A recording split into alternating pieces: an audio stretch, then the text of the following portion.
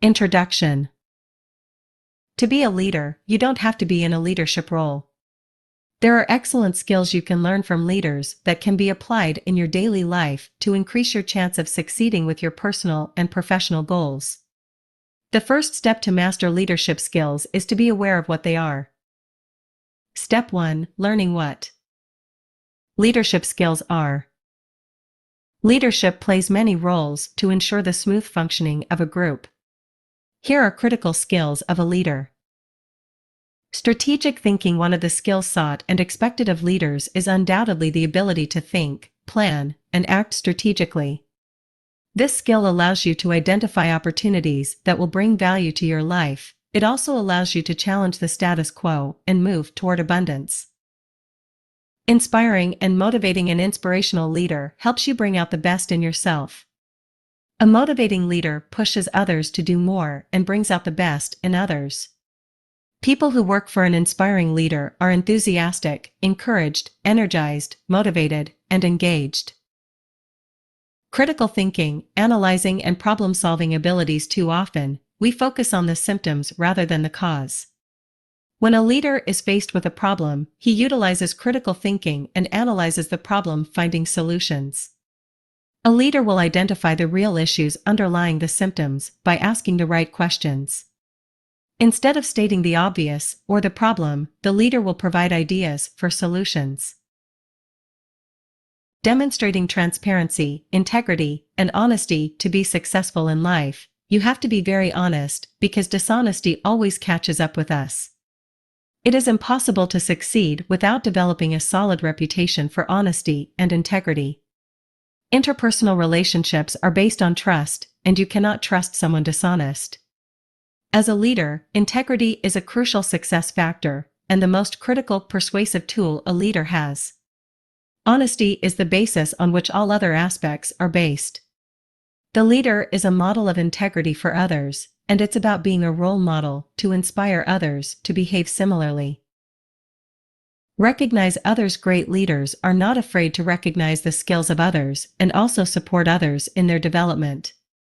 The leader truly believes that everybody has the opportunity to learn and grow. Learning, creating, and innovating. Not only are leaders supportive of others' learning, but they also thrive in learning new things. They love creating and innovating in their area of expertise. They are not afraid to say they don't know and learn about it. Leaders embrace changes as an opportunity to grow. Driving results. Leaders know how to drive results because their goal is clear, and they know how it relates to others.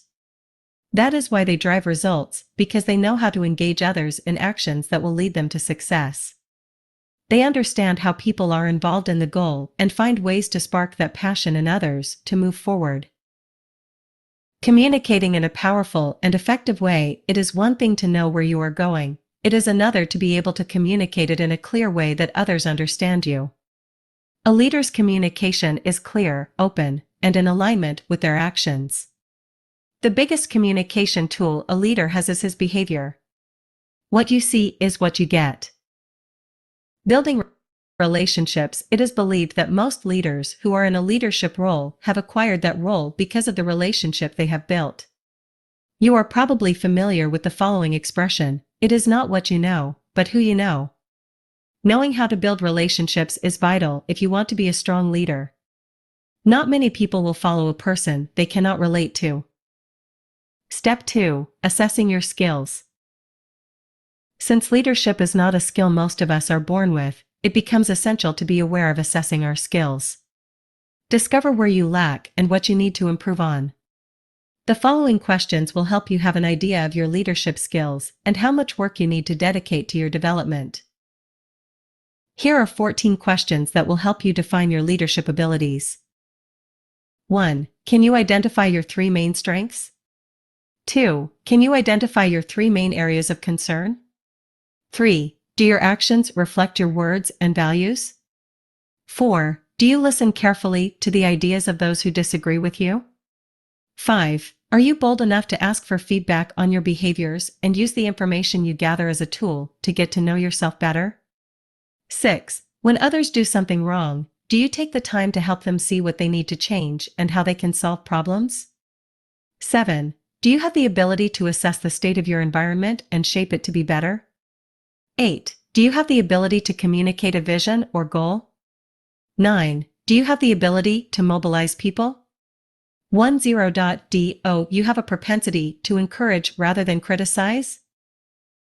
11.do You have the ability to take risks? 12.do You have a sense of innovation and creativity? 13.do You have the ability to make decisions quickly? 14. Are you inspiring and admired by your employees? Step 3. Become self-aware. Cultivating self-awareness means developing the ability to observe yourself with patience and benevolence, to get to know yourself and recognize your ways of functioning as a leader, to transform them. It is the fundamental foundation on which other skills and qualities can be built to ensure the well-being of yourself and those around you. Here's a simple activity to help you become more aware. 1. Regularly during the day, take short breaks between tasks and take a few seconds just to breathe. You stop everything you are doing 30, 20, or even 5 seconds and concentrate only on your breathing. 2. When you practice mindfulness breathing, you forget what you were doing, what you are going to do next, and you focus only on your breath and the present moment. You are just observing the air come in and watching the air go out. You feel your belly inflation with air and then deflation. You visualize the path of the air when you inhale and when you exhale. And as soon as you become aware that you are giving energy to a thought, then smile and slowly return to your breathing. Try it now. 3. Stop reading and take a few conscious breaths. Or just one. Stop what you were doing and take a deep breath in and out. Put all your attention on it, not only your lungs breathing, but your whole body. Every cell in your body stops and enjoys that breath. Step 4. Practice courage. We all need a strong leader who knows how to make difficult decisions, who knows how to protect others and stay the course in difficult times. A good leader does not give up at the first difficulty encountered. He accepts failures as tests and knows that the path to the goal is not a long, calm river. In the face of adversity, the leader must sharpen up, show even more determination to reach the goal, and must have learned from his mistakes. Here are a few ways to be courageous.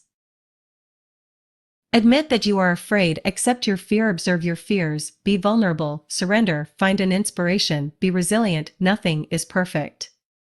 Try something difficult, train yourself to be conscious, create a plan. The next step will help you with your plan.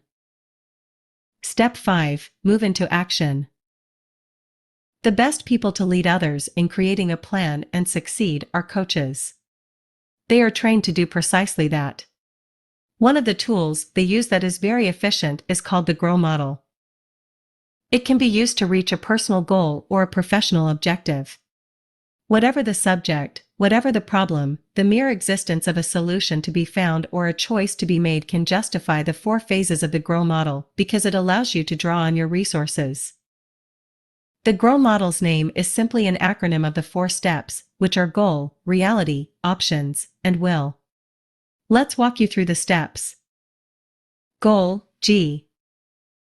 We are going to start by identifying your goal or your objective. This can be the objective itself or the expected result. Be clear, concrete, and always focus on the target. What do you want to accomplish in life? How will you know that you have reached that goal? How does life look like when you have accomplished that goal? The goal should be specific enough to give you a direction. The objective can evolve during the various steps of the GROW model, but it should not be major unless it is an important lesson to learn. Reality, R. In the reality phase, you will be describing the current situation and how is the current situation limiting you or empowering you to reach your goal. List the weaknesses and strengths you have for achieving this objective. What are the barriers to my goal? What resources do I have to help me with my goal? What limiting belief do I have in reaching my goal? This phase will help you understand the situation and what led to it. It is useful to approach the situation from a cognitive, but especially emotional, perspective.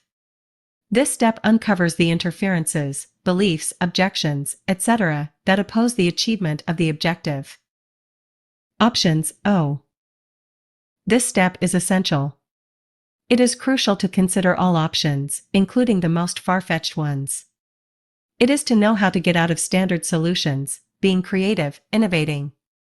Considering everything also makes it possible to rationally eliminate those inappropriate solutions that haunt us. X. The magic pill that will lead you to weight loss. List all the possible actions to help you reach your goal. If you had a magic wand, what option would you choose to realize your objective? What if you could start all over? What would you do differently? This phase allows you to think of new opportunities to achieve your goal, what has not yet been done and which could contribute significantly to the achievement of the objective. It will help you support the implementation of behaviors, improvement of a process, and modification of the time frame. Brainstorm all the ideas that come to mind without judging them or limiting yourself. This phase is the time to dream. Will W. The last phase is about commitment and actions. It is the phase where you decide what you will do. What is the first step or action? How will you hold yourself accountable for that first step? How will you know that you have completed the first step?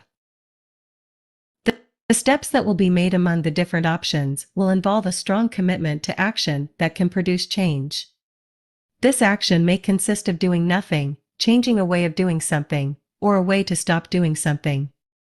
The important thing is to check the congruence of the commitment to action. Once you have completed a cycle, go back to the option phase, and see if you can accomplish another action. Repeat it until you reach your goal. As you can see, the GROW model is adaptable and straightforward. It is a perfect tool for the leader in planning for success. By applying the 5 steps above, you will acquire the skills, knowledge, and tools that will help you on your journey to lead your life.